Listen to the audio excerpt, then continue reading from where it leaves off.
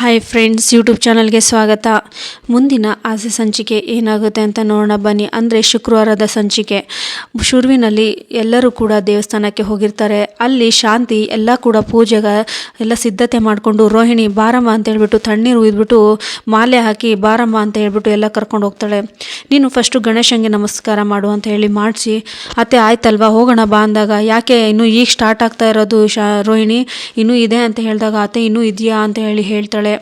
ಹೌದು ಅಂತ ಹೇಳಿಬಿಟ್ಟು ತಣ್ಣೀರು ಉಯ್ದ್ಬಿಟ್ಟು ಇನ್ನೂ ನಮಗೆ ಉರುಳು ಸೇವೆ ಇದೆ ಅಂತ ಹೇಳ್ತಾರೆ.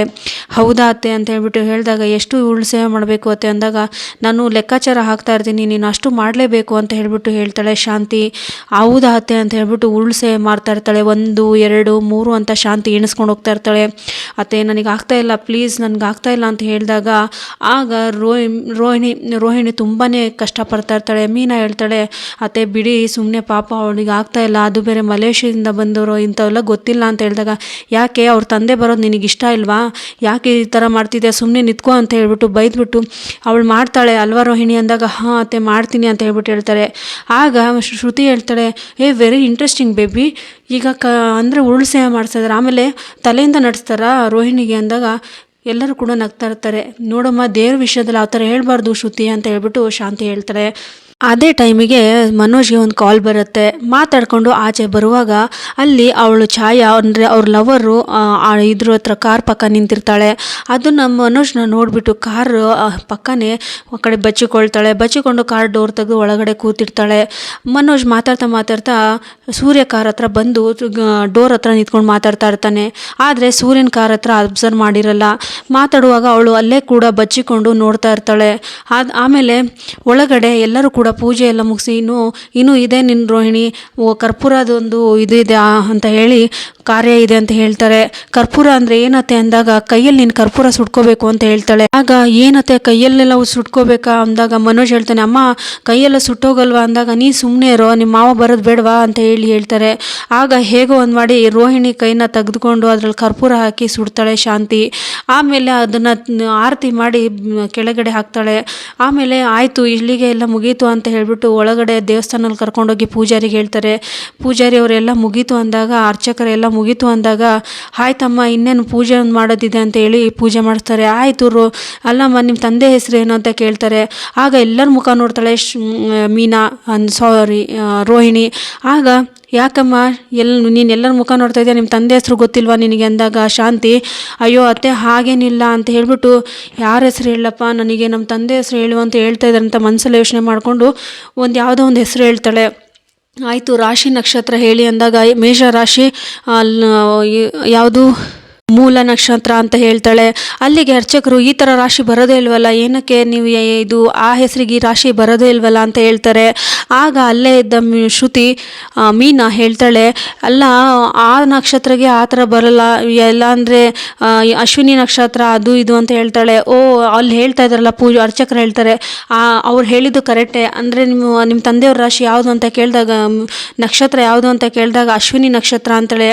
ಆಮೇಲೆ ಅದನ್ನು ಅರ್ಚಕರು ಪೂಜೆ ಮಾಡಿಬಿಟ್ಟು, ನೋಡಮ್ಮ ನೀನು 48 ದಿವಸ ತುಂಬಾ ಪತ್ತೆ ಇರಬೇಕು, ಉಪ್ಪು ಇರೋ ಸಾಂಬಾರು ತಿನ್ನಬಾರ್ದು, ಆಮೇಲೆ ಉಪ್ಪು ಇರೋ ಐಟಮ್ ತಿನ್ನಬಾರ್ದು, ಆಮೇಲೆ ಈ 45 ದಿನವೂ ಕೂಡ ನೀನು ಆ ಚಾಪೆ ಮೇಲೇ ಮಲ್ಕೋಬೇಕು, ಯಾವುದೇ ರೀತಿಯಿಂದನೂ ಹಾಸಿಗೆ ಮೇಲೆ ಮಲಗಬಾರ್ದು, ಇವೆಲ್ಲ ನೀನು ಮಾಡಲೇಬೇಕು ಅಂತ ಹೇಳ್ಬಿಟ್ಟು ಹೇಳಿದಾಗ ಶಾಂತಿ ಹೇಳ್ತಾಳೆ, ಮಾಡ್ತಾಳೆ ನಾನು ಹೇಳ್ತೀನಿ ಅವಳಿಗೆ ಅಂತ ಹೇಳ್ಬಿಟ್ಟು ಅಲ್ಲಿಂದ ಎಲ್ಲರೂ ಕೂಡ ಹೊರಡ್ತಾರೆ. ಆಗ ಸೂರ್ಯ ಕೂಡ ನಾನು ಹೊರಡ್ತೀನಿ ಅಂತ ಹೇಳ್ಬಿಟ್ಟು ಅಲ್ಲಿಂದ ಹೊರಟೋಗ್ತಾನೆ. ಮನೋಜ್ ಅಲ್ಲೇ ಕೂಡ ಫೋನಲ್ಲಿ ಮಾತಾಡ್ತಾ ಇರುವಾಗ, ಸರಿ ಈ ಕಡೆ ಪೆಂಗ್ಯ ನಾನು ಹೋಗಬೇಕು ಅಂತ ಹೇಳ್ತಾರೆ. ಅಲ್ಲಿಗೆ ಅವ್ನು ಕಾರ್ ತೊಗೊಂಡು ಹೋಗ್ತಾನೆ ಎಲ್ಲರೂ. ಆಮೇಲೆ ರೋಹಿಣಿ ನೆಕ್ಸ್ಟು ಪಾರ್ಲರಿಗೆ ಬರ್ತಾಳೆ. ಪಾರ್ಲರಿಗೆ ಬಂದಾಗ ಪೂಜೆ ಹೇಳ್ತಾಳೆ, ಏನೋ ಸರ್ಯಾಗಿ ರುಬ್ತವ್ರೆ ನಿಮ್ಮ ಅತ್ತೆ ಅಂತ ಹೇಳಿದಾಗ, ಇನ್ನೇನೇ ಮಾಡೋದು ನನಗೆ ಆಗ್ತಿಲ್ಲ ಕಣೆ ಇವ್ರ ಹತ್ರ, ಯಾವಾಗ ಮನೋಜಂಗೆ ಇವ್ರ ಹತ್ರ ನಾನು ಇದು ಮಾಡೋಕ್ಕಾಗ್ತಾ ಇಲ್ಲ ನನ್ನ ಕೈಯಲ್ಲಿ. ಆಗ ಪೂಜೆ ಹೇಳ್ತಾಳೆ, ಅಲ್ಲ ಕಣೆ ನಿಮ್ಮ ಅತ್ತೆ ನೋಡಿದರೆ ನಿನಗೆ ಆ ಥರ ರುಬ್ತಾ ಇದ್ದಾರಲ್ಲ ಅಂತ ಹೇಳಿದಾಗ, ನನಗೆ ಸೂರ್ಯ ನೋಡಿನ ಡೌಟ್ ಆಯಿತು, ನಾನು ಯಾಕೆ ಈ ಥರ ಸೂರ್ಯ ಇದ್ದಾನೆ ಅಂತ, ಅವ್ರ ಅಮ್ಮನ ಕ್ಯಾರೆಕ್ಟ್ರ್ ಒಂಚೂರು ಬಿಟ್ಟಿಲ್ಲ ಅಂತ ಹೇಳ್ಬಿಟ್ಟು ರೋಹಿಣಿ ಹೇಳ್ತಾಳೆ. ಆಗ ಪೂಜೆ ಹೇಳ್ತಾಳೆ, ಅವಳು ಆನ್ಲೈನಲ್ಲಿ ಚಿಕನ್ನ ಆರ್ಡ್ರ್ ಮಾಡಿರ್ತಾಳೆ. ಅದನ್ನು ಅವಳಿಗೆ ಗೊತ್ತಿರಲ್ಲ ರೋಹಿಣಿಗೆ. ಹಾಗೆ ಮಾತಾಡ್ತಾ ನನಗೆ ಮನೋಜ್ಗೆ ಏನಾದರೂ ಕೆನಡಾಗೆ ಸಿಕ್ಬಿಟ್ರೆ ನಾನು ಅಲ್ಲಿಗೆ ಶಿಫ್ಟ್ ಆಗ್ಬಿಡ್ತೀನಿ, ನನಗೆ ಇವ್ರ ಕಡೆ ಆಗ್ತಾಯಿಲ್ಲ, ನನಗೆ ಇವ್ರದ್ದೆಲ್ಲ ನನಗೆ ತೊಂದರೆ ತುಂಬ ಆಗ್ತಾಯಿದೆ ನನಗೆ ಅಂತ ಹೇಳ್ಬಿಟ್ಟು ರೋಹಿಣಿ ಹೇಳಿದಾಗ, ದುಡ್ಡೇನೇ ಮಾಡ್ತೀಯ ಅಂದರೆ ಅದೇ ಕಣೆ ಅಡ್ಜಸ್ಟ್ ಮಾಡಬೇಕು, ಹೇಗಾದರೂ ಮಾಡಿ ಇವರಿಗೆ ಕಳಿಸ್ಬಿಟ್ರೆ ನಾನು ಅವಾಗ ಅಲ್ಲಿ ಶಿಫ್ಟ್ ಆಗ್ಬಾರ್ದು ಅಂತ ಹೇಳ್ಬಿಟ್ಟು ಪ್ಲ್ಯಾನ್ ಮಾಡ್ತಾ ಇರ್ತಾಳೆ. ಅದೇ ಟೈಮಿಗೆ ಸ್ಟಾಫ್ ಬಂದುಬಿಟ್ಟು, ಮೇಡಮ್ ನಿಮ್ಮದು ಚಿಕನ್ ನೀವು ಆರ್ಡರ್ ಮಾಡಿರೋದಲ್ಲ ತಗೊಳ್ಳಿ ಅಂತ ಹೇಳ್ಬಿಟ್ಟು ಪೂಜೆಗೆ ತಂದು ಕೊಡ್ತಾಳೆ. ಅದನ್ನು ನೋಡಿಬಿಟ್ಟು ರೋಹಿಣಿಗೆ ತುಂಬಾ ಬಾಯಲ್ಲಿ ನೀರು ಬರ್ತಾ ಇರತ್ತೆ. ಚಿಕನ್ ಆರ್ಡ್ರ್ ಮಾಡ್ದೇನೆ, ನೀನು ಒಳ್ಳೆ ಟೈಮಿಗೆ ಆರ್ಡ್ರ್ ಮಾಡಿದೆ, ಕೊಡು ಅಂತ ಹೇಳಿದಾಗ ಆಗ ಹೇಳ್ತಾಳೆ, ನಿಮ್ಮ ಅಪ್ಪಂಗೋಸ್ಕರ ತಾನೇ ನೀನು ಇದು ಮಾಡ್ತಾ ಇರೋದು, ನೀನು ಯಾಕೆ ಅದನ್ನೆಲ್ಲ ತಿನ್ನಬಾರ್ದು, ನೀನು ವ್ರತ ತಾನೇ ಮಾಡ್ತಾ ಇದೀಯ ಅಂತ ಹೇಳಿದಾಗ, ನಮ್ಮ ಅಪ್ಪನೇ ಇಲ್ಲ, ವ್ರತ ಏನಕ್ಕೆ ಮಾಡಲಿ, ನಾನು ಅಲ್ಲಿ ಅವರೆಲ್ಲ ಏನಾದರೂ ತಿಳ್ಕೊಳ್ಳಿ ಕೊಡಿಲಿ ಅಂತ ಹೇಳಿದಾಗ ಪೂಜೆ ಹೇಳ್ತಾಳೆ, ಅದು ಹೋಗಲಿ, ನೀನು ಆಗ ಕೆಲಸನಾದರೂ ಬೇಡ್ಕೊ, ಅದರಿಂದ ಆ ವ್ರತನಾದರೂ ನೀನು ಈ ಥರ ಪೂರೈಸ್ಕೊ ಅಂತ ಹೇಳ್ತಾಳೆ. ಅಲ್ಲ ಕಡೆ ನಮ್ಮ ತಂದೆನೇ ಇಲ್ಲ, ಅದನ್ನ ಹೋಗಿ ನನ್ನ ತಂದೆ ಅಂತ ಹೇಳ್ಬಿಟ್ಟು ನಾನು ವ್ರತ ಮಾಡಿದ್ರೆ ಏನೇ ಅಂತ ಹೇಳಿದಾಗ, ಇದಾದರೂ ಮಾಡಮ್ಮ ಹೋಗಲಿ ಅಂತ ಹೇಳ್ಬಿಟ್ಟು ಪೂಜೆ ಹೇಳ್ತಾಳೆ. ಅಲ್ಲಿಗೆ ನೀನು ತಿನ್ನಬೇಡ ಅಂತ ಹೋಗು, ನಾನು ಹೊರಗಡೆ ಹೋಗಿ ತಿಂತೀನಿ ಅಂತ ಹೇಳ್ಬಿಟ್ಟು ತೊಗೊಂಡು ಹೋಗ್ತಾಳೆ ಪೂಜಾ. ಮನೆಗೆ ಬಂದುಬಿಟ್ಟು ತುಂಬಾ ಸುಸ್ತಾಗಿ ಬೀಳ್ತಾಳೆ ರೋಹಿಣಿ. ಆಗ ಎಲ್ಲರೂ ಕೂಡ ಊಟಕ್ಕೆಲ್ಲ ರೆಡಿ ಮಾಡ್ತಾ ಇರ್ತಾಳೆ. ಇಷ್ಟೊತ್ತಾದರೂ ನನಗೆ ಊಟ ಸಿಕ್ಕಿಲ್ಲ, ತುಂಬಾ ಸುಸ್ತಾಗ್ತಾ ಇದೆ ಅಂದಾಗ ಮನೋಜ್ ಬರ್ತಾನೆ. ಮನೋಜ್ ತುಂಬ ಕೈಕಾಲೆಲ್ಲ ನೋವ್ತಿದೆ ಮನೋಜ್ ಅಂದಾಗ, ಕಾಲು ಒತ್ತಲ ಅಂತ ಹೇಳ್ಬಿಟ್ಟು ಒತ್ತುತ್ತಾ ಇರ್ತಾನೆ. ಆಗ ಶಾಂತಿ ಓಡ್ಬಿಟ್ಟು ಬಂದು, ಏನೋ ಮಾಡ್ತಿದ್ಯಾ ಮನೋಜ ಅಂತ ಹೇಳಿದಾಗ, ಅಮ್ಮ ಅವಳು ತುಂಬ ಕಾಲು ನೋವ್ತಾ ಇದೆ ಅಂದ್ಲಮ್ಮ, ಅದಕ್ಕೆ ಕಾಲು ಒತ್ತುತ್ತಾ ಇದೆ ಅಂತ ಹೇಳ್ಬಿಟ್ಟು ಹೇಳ್ತಾನೆ. ಆಗ ಹಾಗೆಲ್ಲ ನೀನು ಮಾಡಬಾರ್ದು, ನೀನು ಮುಟ್ಲೇಬಾರ್ದು ಅವಳಿಗೆ, ಅವಳು ಈಗ ನಿನಗೆ ಮುಟ್ಟಿಸ್ಕೋಬಾರ್ದು, ಅವಳು ವ್ರತ ಮಾಡ್ತಾ ಇದ್ದಾಳೆ ತಾನೇ, 48 ದಿನ ನೀನು ಹೇಗಿರಬೇಕು ಹಾಗೆ ಇರಬೇಕು, ಅವಳು ಹಾಸಿಗೆ ಮೇಲೂ ಕುತ್ಕೋಬಾರ್ದು ಅಂತ ಹೇಳ್ಬಿಟ್ಟು ಹೇಳ್ತಾಳೆ. ಆಗ ಮನೋಜ್ ಹೌದಾ ಅಮ್ಮ ಅಂತ ಹೇಳ್ಬಿಟ್ಟು ಹೊರಟೋಗ್ತಾನೆ. ಆಗ ರೋಹಿಣಿ, ನೀನು ಅವನಿಗೆ ಮುಟ್ಟಿಸ್ಕೋಬಾರ್ದು ಹೇಳಿಲ್ವಾ ನಿನಗೆ ಅಂತ ಹೇಳ್ತಾಳೆ. ಯಾಕೆ ನಿಮ್ಮ ಅಪ್ಪ ಬರೋದು ನಿನಗೆ ಇಷ್ಟ ಇಲ್ವಾ ಅಂತ ಹೇಳಿದಾಗ, ಇಲ್ಲ ಅತ್ತೆ ಬರಬೇಕು ಅಂತ ಹೇಳ್ಬಿಟ್ಟು ಹೇಳ್ತಾರೆ. ಅವಳು ಸುಸ್ತಾಗಿ ಕೂತಿರ್ತಾಳೆ. ಆಮೇಲೆ ಅವಳು ಆಚೆ ಬಂದ್ಬಿಟ್ಟು, ಮೀನಾ ಅಂತ ಹೇಳಿದಾಗ, ಏನು ಅತ್ತೆ ಅಂತ ಹೇಳ್ತಾರೆ. ರೋಹಿಣಿಗೆ ಏನಾದರೂ ಊಟ ರೆಡಿ ಮಾಡ್ದ ಅಂತ ಹೇಳ್ತಾರೆ. ಅಲ್ಲೇ ಶ್ರುತಿ, ನನಗೆ ಇವತ್ತು ನಾನ್ ವೆಜ್ ತಿನ್ನಬೇಕು ಅಂತ ಇದೆ, ಆರ್ಡ್ರ್ ಮಾಡಲಾ ಬೇಬಿ ಅಂತ ಹೇಳ್ಬಿಟ್ಟು ರವಿಗೆ ಹೇಳ್ತಾಳೆ. ಹೌದಾ ಬೇಬಿ ಆಯಿತು ಆರ್ಡ್ರ್ ಮಾಡು ಅಂದಾಗ, ಆಗ ಮೀನಾ ಹೇಳ್ತಾಳೆ, ನಾನು ಮನೆಯಲ್ಲೇ ಅಡುಗೆ ಮಾಡ್ತೀನಿ ಬಿಡಿ, ನಾನ್ ವೆಜ್ ತಾನೆ ಅಂದಾಗ ಎಲ್ಲರೂ ಕೂಡ, ನಿಮಗೆ ಯಾಕೆ ಕಷ್ಟ ಬಿಡಿ, ಹೊರಗಡೆಯಿಂದ ತರಿಸೋಣ ಅಂತ ಹೇಳ್ಬಿಟ್ಟು ಶ್ರುತಿ ಹೇಳ್ತಾಳೆ. ಬೇಡ ನಾನೇ ಮಾಡ್ತೀನಿ ಅಂದಾಗ, ಆಗ ಶಾಂತಿ ಬಂದ್ಬಿಟ್ಟು, ಏನು ನಾನ್ ವೆಜ್ ಎಲ್ಲ ತಿನ್ನಬೇಕು ಅಂತಿದ್ದೀರಾ, ಬೇಡ ಅವಳು ರೋಹಿಣಿ ಈಗ ವ್ರತ ಮಾಡ್ತಿದ್ದಾಳೆ ತಾನೇ ಅಂದಾಗ ಶ್ರುತಿ ಹೇಳ್ತಾಳೆ, ಅವ್ರು ತಾನೇ ವ್ರತ ಮಾಡ್ತಾಯಿರೋದು ನಾನಲ್ವಲ್ಲ ಅಂತ ಹೇಳಿದಾಗ, ನೋಡಮ್ಮ ಶ್ರುತಿ, ಅವಳು ವ್ರತ ಮಾಡಿದರೆ ಮನೇಲಿ ಎಲ್ಲರೂ ಕೂಡ ಆ ಥರ ಎಲ್ಲ ನಾನ್ ವೆಜ್ ತಿನ್ನಬಾರ್ದು ಅಂದಾಗ, ಹೌದಾ ಅತ್ತೆ ಅಂತ ಹೇಳ್ಬಿಟ್ಟು ಶ್ರುತಿ ಹೇಳ್ತಾಳೆ. ಆಗ ಮೀನಾ ಹೇಳ್ತಾಳೆ, ಏನಾದರೂ ವೆಜ್ಜೇ ಏನಾದರೂ ಮಾಡ್ತೀನಿ ಬಿಡಿ ಅಂತ ಹೇಳ್ಬಿಟ್ಟು ಅವಳು ಅಡುಗೆ ಮಾಡ್ತಾಳೆ. ಆಗ ಬರ್ತಾನೆ ಸೂರ್ಯ.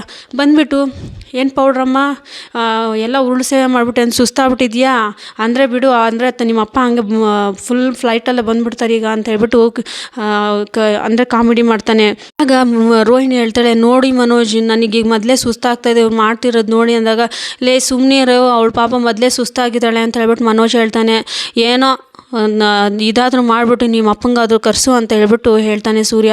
ಹೇಳ್ತಾ ಆ ಕಡೆ ಹೋಗ್ಬಿಟ್ಟು, ಅಮ್ಮ ಏನು ಅಡುಗೆ ಮಾಡಿದೆ ಅಂದಾಗ, ಮೀನಾ ಏನು ಅಡುಗೆ ಮಾಡಿದೆ ಅಂದಾಗ, ಇಲ್ಲ ರೀ ಮಾಡ್ತಾಯಿದ್ದೀನಿ ಅಂದಾಗ, ರೋಹಿಣಿಗೂ ಹಂಗೆ ಮಾಡಿಬಿಡು ಅಂತ ಹೇಳ್ಬಿಟ್ಟು ಮೀನಂಗೆ ಶಾಂತಿ ಹೇಳ್ತಾಳೆ. ಹಾಂ ಸರಿ ಅತ್ತೆ ಅಂತ ಹೇಳ್ಬಿಟ್ಟು ಹೇಳಿದಾಗ, ಅಮ್ಮ ನಿನಗೆ ಗೊತ್ತಿಲ್ವಾ ಸಕ್ಕರೆ, ನಿನಗೆ ಗೊತ್ತಿಲ್ವಾ ಅಲ್ಲಿ ಪುರೋಹಿತರು ಹೇಳಿದ್ದು, ಅವರು ಉಪ್ಪಿಲ್ಲದ ಊಟ ಮಾಡಬೇಕು ಮತ್ತು ಅವರೇ ಅಡುಗೆ ಮಾಡಿ ತಿನ್ನಬೇಕು ಅಂತ ಹೇಳಿಲ್ವಾ ಅಂತ ಹೇಳಿದಾಗ, ಹೌದಲ್ವಾ ಅಂತ ಹೇಳ್ಬಿಟ್ಟು ರೋಹಿಣಿ ಆಲ್ರೆಡಿ ಬಂದು ಟೇಬಲ್ ಹತ್ರ ಕೂತ್ಕೊಂಡಿರ್ತಾಳೆ.